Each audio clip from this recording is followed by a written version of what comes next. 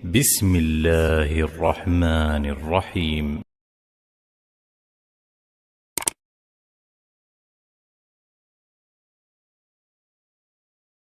Oke, bismillahirrahmanirrahim. Assalamualaikum warahmatullahi wabarakatuh. Kembali lagi di channel YouTube Ngaji Cerdas, insya Allah mencerdaskan umat. Bagi mereka yang mau berpikir, alhamdulillah sahabat Ngaji Cerdas, kembali lagi di channel ini. Dan kemudian insya Allah kita akan selalu senantiasa memberikan sebuah kebaikan. Dan kali ini kita akan berbicara dengan seorang mualaf yang tentu mungkin sahabat Ngaji Cerdas sudah mengenal beliau. Masya Allah, beliau adalah Koh Wendy, Masya Allah. Apa kabar, Koh? Alhamdulillah. Sehat ya, Koh ya? Sehat, alhamdulillah. Ya Allah, beliau ini adalah seorang mualaf yang kemudian kalau teman-teman searching itu mualaf di YouTube, maka nongol wajah beliau, Masya Allah. Enggak segitunya.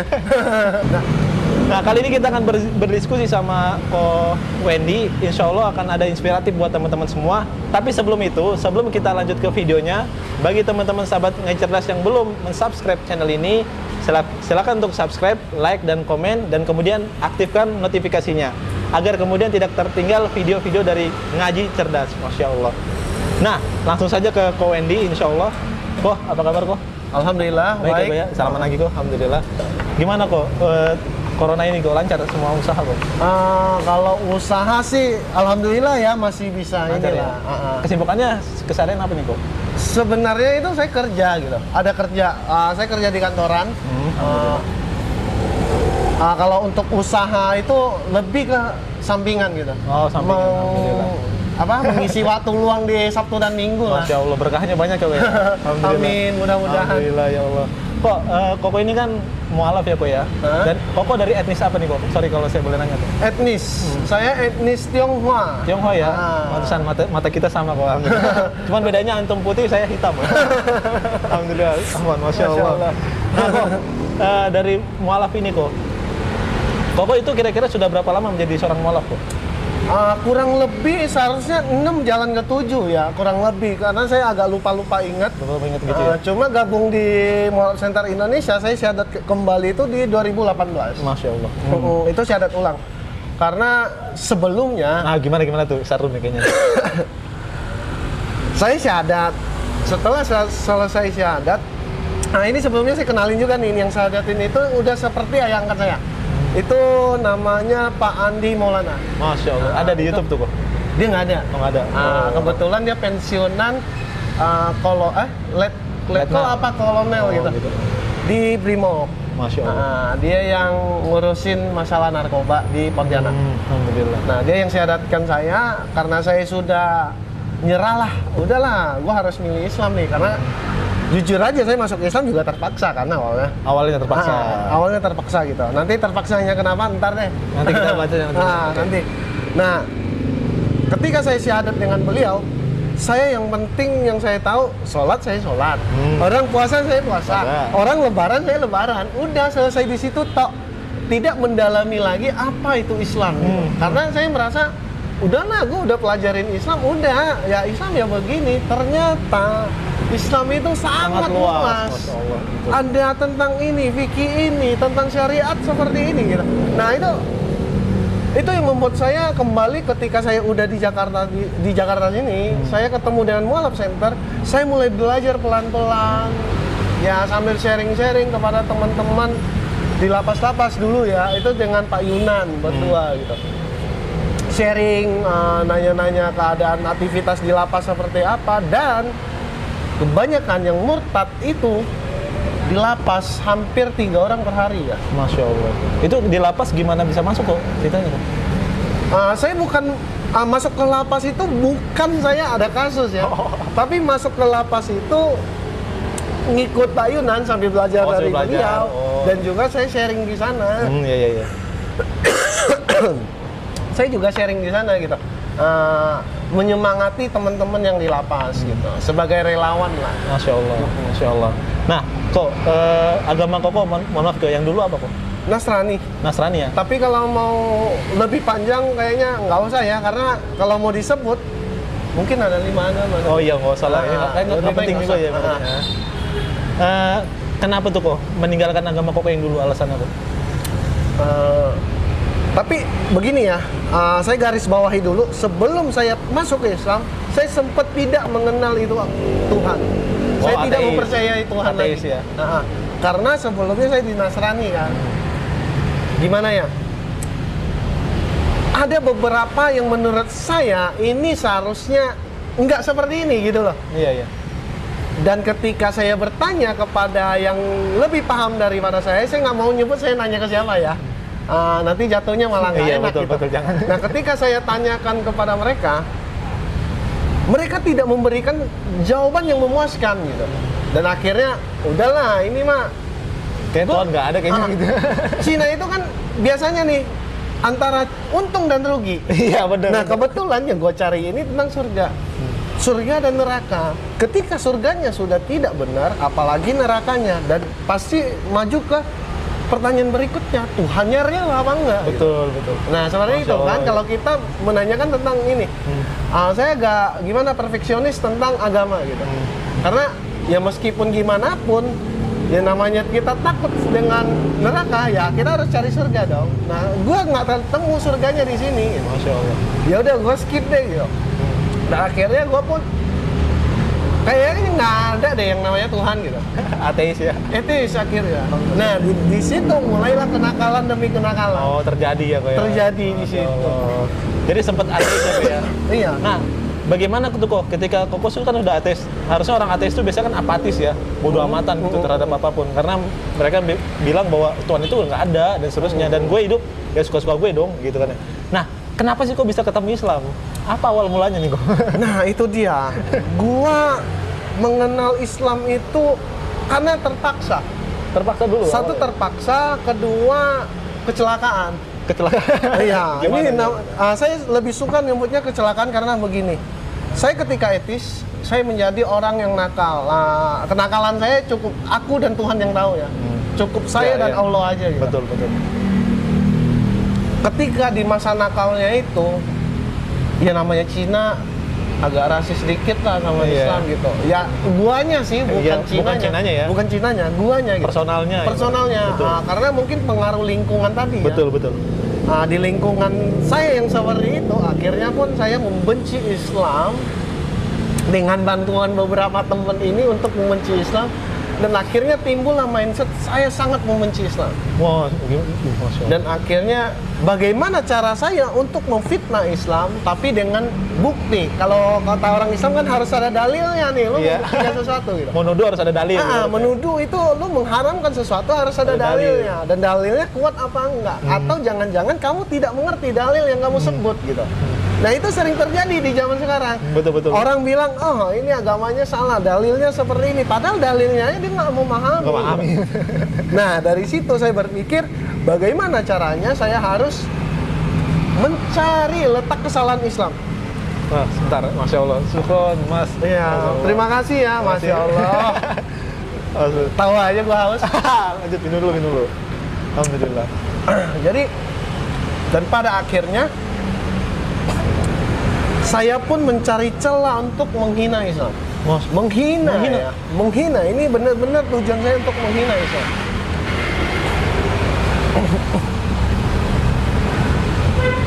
Bentar ya. Gua kalau inget ke ini ya? gimana sih ya? Ada perasaan kok lu bego amat gitu. Gua sering tiba-tiba terbesit pikiran ini gitu. Gua mencari celah dengan cara membaca Al-Quran dan beberapa buku hadis yang saya beli, saya mencari celah di situ. Saya membaca Al-Quran bersama 1-2 teman, itu saya membaca Al-Quran.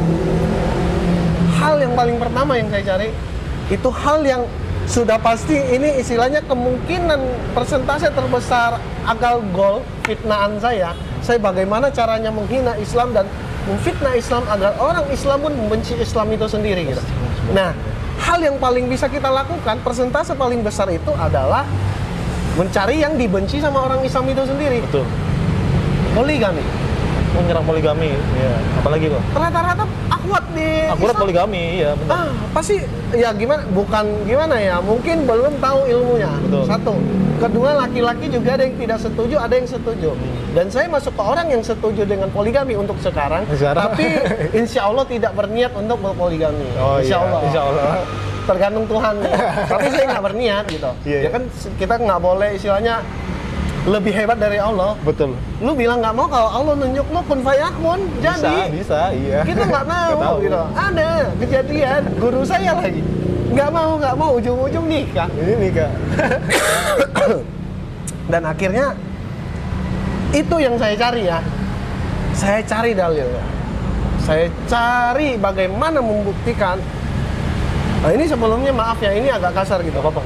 Bagaimana saya di waktu itu pemikiran saya, bagaimana saya membuktikan Muhammad ini adalah seorang hypersex. Subhanallah. Bagaimana caranya? Terlepas dari yang masalah receh ya. Buat saya dulu itu sangat receh menikahi wanita umur 9 tahun. Itu receh. Receh banget itu. Receh banget. Itu nggak kepake lah buat saya. Saya fitnahnya di poligami ini. Karena menikahi lebih dari satu perempuan. 2. Kalau 2 masih wajar. 3, 4, 9 malah. Nah di sini nih, ini nih, gue pikir nih peluang terbesar saya. Ketika saya masih kafir itu, ini senjata gue nih, dapet nih gue. Gue pikir seperti itu kan. Dan akhirnya saya membaca Al-Quran. Saya membaca hadis yang menjelaskan tentang poligami. Dan saya ketemu, ternyata di zaman Rasulullah, orang bisa menikahi lebih dari 100 perempuan. Betul. Dijadikan budak, dinikahin. Dan Masya Allah, Allah menurunkan ayat tentang poligami. Nikahilah 4. Maksimal loh. Iya. Maksimal 4. Dan kalimat sebelumnya, kalimat setelahnya itu, kalau tidak sanggup berlaku adil, nikahi 1. Keren banget ya. Gue gimana sih? Argumentasi kok kebantaran. Gue langsung terbesit di situ. Ini orang cuma ada 2 pilihan nih. Orang dari masa depan, kalau tidak, orang yang memang diutus sama Allah. Betul. Karena tidak mungkin mengatakan sesuatu berturut-turut di Al-Quran ya, nggak usah di hadis deh, di Al-Quran berturut-turut kalimatnya tidak ada letak kesalahan. Iya betul. Bukan salah ya, letak kesalahan aja nggak ada. Berarti ada persentase salah itu nggak ada. Nggak ada. Betul. Saya sudah membaca Al-Quran itu ya, kalau waktu kafir itu khatam 3 kali lah. Itu kafir khatam 3 kali? 3 kali? Ya itu dia, saking nakalnya mencari kesalahan. Yang muslim belum tentu. Tapi baca terjemahannya ya, kan ada terjemahannya gitu. Dan alhamdulillah di situ mungkin Allah permudah saya untuk memahami isi Al-Quran ya. Masya Allah. Dan juga dengan bantuan hadis, kan ada beberapa ayat-ayat Al-Quran yang nggak bisa seenak jidat lu menafsirkan. Betul. Apa yang disebut di situ. Betul. Harus melalui hadisnya. Dan begoknya nih. Gimana? Gue ada guru ustadznya, dan gue nanya ke ustadz. Gile. Dan ustadz ini tidak tahu tujuan saya. Oh gitu? Iya. Gila sih. Dia nggak tahu tujuan saya. Itu abang angkat saya sendiri. Dia jualan bakso di depan rumah saya. Udah kayak abang angkat lah, orang Jawa. Namanya Mas Hendro. Ketika gua mulai tidak menemukan sesuatu, dia kan sering baca Al-Quran di warnet saya kan. Dia baca. Sambil baca dia artiin. Nah di situ saya dengerin. Terus saya tanya, ini tentang apa gitu tafsirannya? Oh, kurang lebih seperti ini. Saya kurang paham, lu harus nanya guru lagi. Tapi penafsirannya seharusnya seperti ini yang saya dengar dari guru-gurunya dia gitu. Betul. Oh, begitu. Dan akhirnya Al-Quran itu saya lengkapi dengan hadis-hadis yang ada gitu. Dari semua isinya ada beberapa yang membuat saya menyerah untuk menyerang Al-Quran. Masya Allah, apa tuh kok? Masya Allah. Di zaman Rasulullah, umat Majusi ya? Majusi, iya ada. Meminta bukti kepada Rasulullah. Iya. Rasulullah dengan gampangnya membelah bulan menjadi 2. Betul. Oke sih. Benar. Itu sesuatu hal yang mustahil dong. Mustahil. Oke deh, di zaman sekarang mungkin ada pakai nuklir atau apa, laser kan? Mungkin. Di zaman dulu bagaimana mungkin? Dulu nggak ada apa-apa dulu, bro. Kalau di pikiran akal sehat kita, di zaman dulu yang sangat kuno itu, bagaimana caranya orang bisa membelah? Iya betul. Hal bodoh yang diucapkan orang untuk mengatakan hal tersebut pernah membelah. Oke lah, mungkin itu karangannya dan umat Majusi itu cuma istilahnya fantasi orang yang menulis gitu. Ledek aja ibaratnya. Ledekan gitu. Iya. Tapi NASA malah membuktikan bahwa bulan pernah terbelah, seolah-olah pernah dilas. Bulan itu pernah dilas. Pernah disambung gitu kayak. Iya, pernah disambung gitu. Berarti ada kemungkinan benar. Dibelah, ada kemungkinan dibelah. Udah kemungkinan dibelah, dan Al-Quran ini 1400 tahun yang lalu loh udah mengatakan ini gitu. Betul. NASA baru sekarang, di abad sekarang gitu. Itu satu. Yang Kedua, hal yang membuat saya ketawa. Saya menganggap kalimat ini bodoh ya dulunya. Terdapat air tawar dan di dasar iya, laut. Betul. Dan mereka tidak saling menyatu. Betul. Dan bahkan itu ada satu penyelam mengambil air tawar itu. Ketika sampai di daratan dia coba minum. Itu air tawar. Tawar ya. Padahal dia tenggelamnya di asin. Nah, pada zaman itu, nih seorang laki-laki tinggalnya di gurun. Arab gurun dong. Kadrun. Jangan kadrun. Nanti nyerempet ke sana. Ini sekarang ya, lu hidup di padang pasir, di gurun, di negara yang tandus, boleh dibilang lautan aja susah. Oke sih. Lu berani menyebutkan satu kalimat di dasar lautan terdapat sungai yang mengalir. Di dalam pikiran gua, ini bego apa pinter? Iyalah. Kan. Atau yang dengerin yang bego gitu. Karena saya belum mendapatkan buktinya gitu waktu itu. Tapi bagaimana cara saya membuktikan fitnahan saya ini? Saya berpikir begitu. Dan saya pun istirahat. Oh, istirahat. Pada zaman break ya, Kak. Saya mencari celahnya nih. Bagaimana caranya nih? Gue mau buktiin, gue pengen fitnah nih. Ini udah dapet nih gitu. Gue udah dapet poinnya nih buat nyerang Islam gitu. Dan akhirnya saya nonton TV di rumah. Cekret buka TV.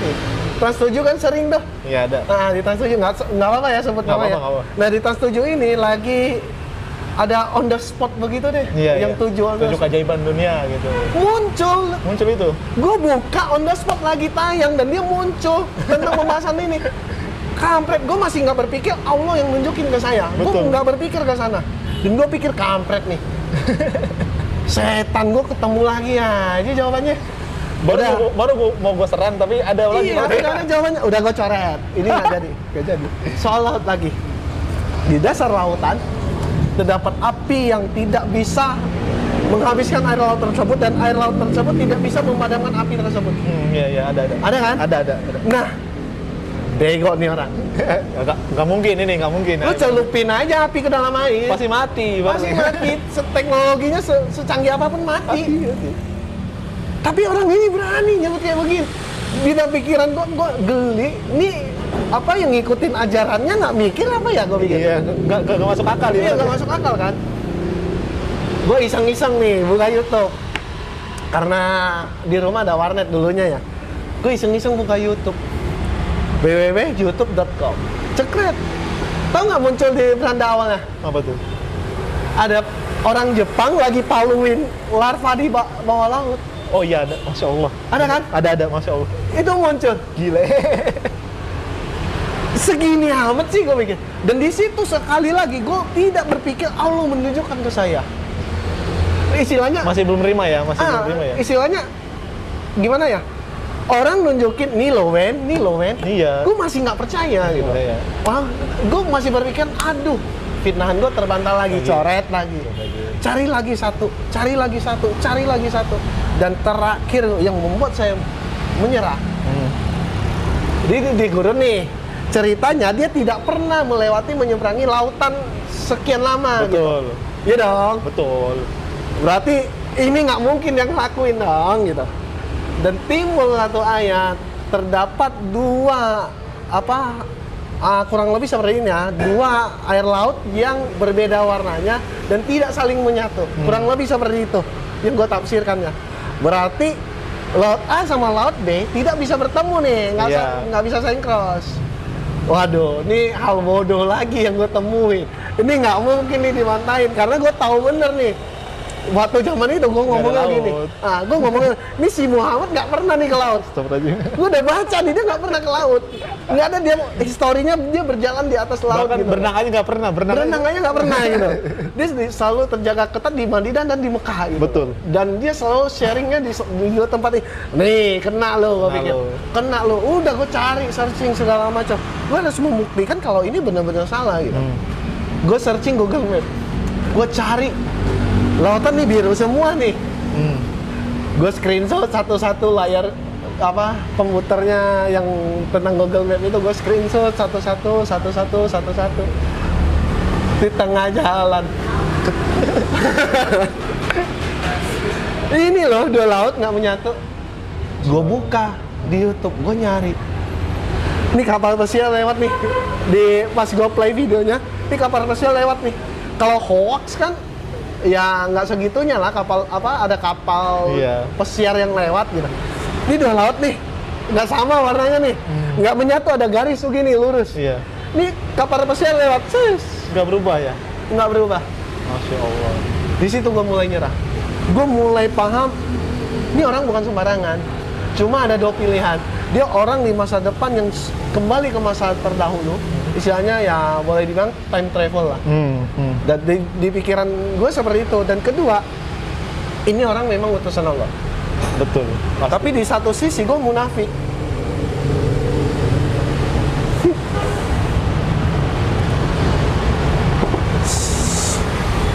Minum dulu. Tenang. Gue udah berusaha nahan gitu. Maaf. Apa Bang? Di satu sisi gue ini munafik gitu. Gue masih berpikiran Allah itu nggak ada gitu. Tuhan itu yang menciptakan kita itu nggak ada. Kita tercipta karena proses alam, proses sains.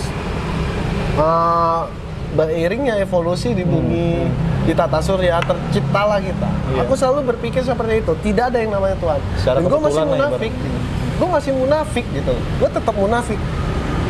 Dan akhirnya gue masih sempat berpikir kalau dia memang utusan Allah gitu. Cuma gue butuh 1 kali klik gitu loh. Gue nanya di depan Al-Quran itu, gue nanya, ya Allah, kalau lu ada, lu tunjukin ke gue gitu. Lu tunjukin aja gitu. Buktinya kecil gitu. Bukti aja kecil gitu. Nggak usah banyak, bukti kecil aja. Dan uniknya Allah, selama dia memberikan aku jawaban yang boleh dibilang itu ya keberuntungan gue menemukan jawaban yang di TV, yang di YouTube gitu. Dari omongan teman, ini pernah kok, ini begini-begini gitu. Gue masih berpikiran, ya Allah, tunjukkan gua 1 mukjizat lo di depan mata gua. Kalau lu benar-benar ada. Di situ gua, kalau mungkin bagi orang Islam gua kufur nikmat gitu. Betul. Di surat Ar-Rahman itu udah jelas gitu loh. Apalagi yang lu iniin gitu, semuanya udah gua kasih gitu. Dan bukti-bukti udah ada semua. Udah ada. Iya. Mata lu bisa melihat. Gitu. Akal bisa berpikir Iya. gitu kan. Dan sampai pembuat benda-benda canggih, teknologi canggih, kamera sehebat apapun tidak ada yang sanggup mengalahkan mata. Betul. Lensa mata yang paling canggih daripada lensa-lensa buatan gitu. Dan di situ gue masih ingin terus mencari kesalahan Al-Quran, tapi gue tidak menemukan sedikit pun letak kesalahan. Dari 100% ini, dari persentase buku yang saya baca yang setebal begini, gue baca, dari persentasenya boleh dibilang 75% itu sudah benar dan terjadi dan sudah ditemukan sama sains. Betul. 25%-nya lagi itu bisa saja sudah terjadi tapi gue nggak tahu. Betul. Atau orang lain tidak tahu, profesor itu belum tahu gitu. Dan bisa jadi itu akan terjadi ke depannya. Salah satu contoh. Gitu. Untuk ke depannya gitu, di masa depan. Salah satu contoh konkret itu kiamat. Betul. Semua agama ada yang mengatakan tentang kiamat. Kalau orang Chinese bilang matnyit kan, matnyit. Nah itu semua, bahkan boleh dibilang semua agama deh ada mengatakan tentang kiamat gitu. Kita mengenal itu kiamat. Nah itu mungkin terjadi, itu salah satu yang masuk ke 25% ini. Iya. 5%-nya 25% yang menurut saya ya kalau menurut Ustadz mungkin dia lebih paham, ataupun para penemu profesor itu mungkin lebih paham gitu. Kalau saya kan saya meneliti abal-abal gitu. Iya. Cuma saya tidak menemukan kesalahan. Dan nggak tahu gimana ceritanya, gue akhirnya pun ya sudahlah gitu. Makanya gue bilang gue terpaksa dan kecelakaan gue masuk Islam. Ya udahlah, gua nggak nemu letak kesalahannya. Dan buat gua kitab itu sebuah kitab suci.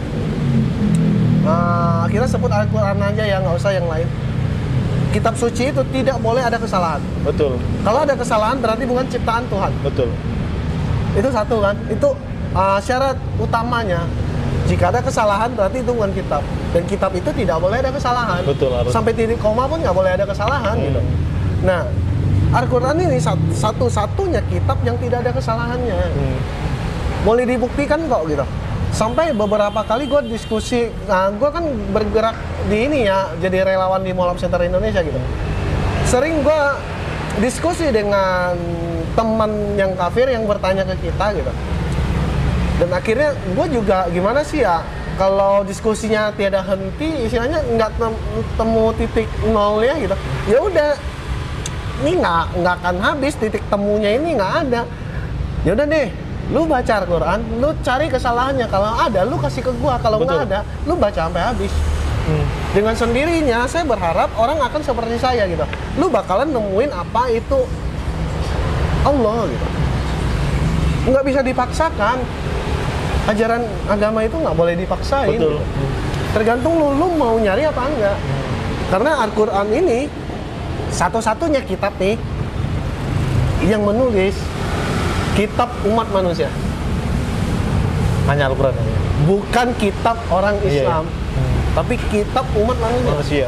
Satu-satunya kitab di bumi ini yang menuliskan kitab untuk umat manusia.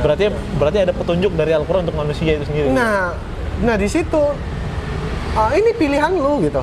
Lu berhak memilih lu mau baca apa enggak. Lu berhak juga memilih beriman atau kafir gitu kan. Nah, itu dia. Lu berhak memilih gitu. Nah, gue lebih nyaman sebut kafir ya daripada non muslim. Iyalah, jelas. Sering gue terangkan itu ke teman-teman gitu. Sering banyak banget yang istilahnya tersinggung. Kok nyebutnya kafir sih?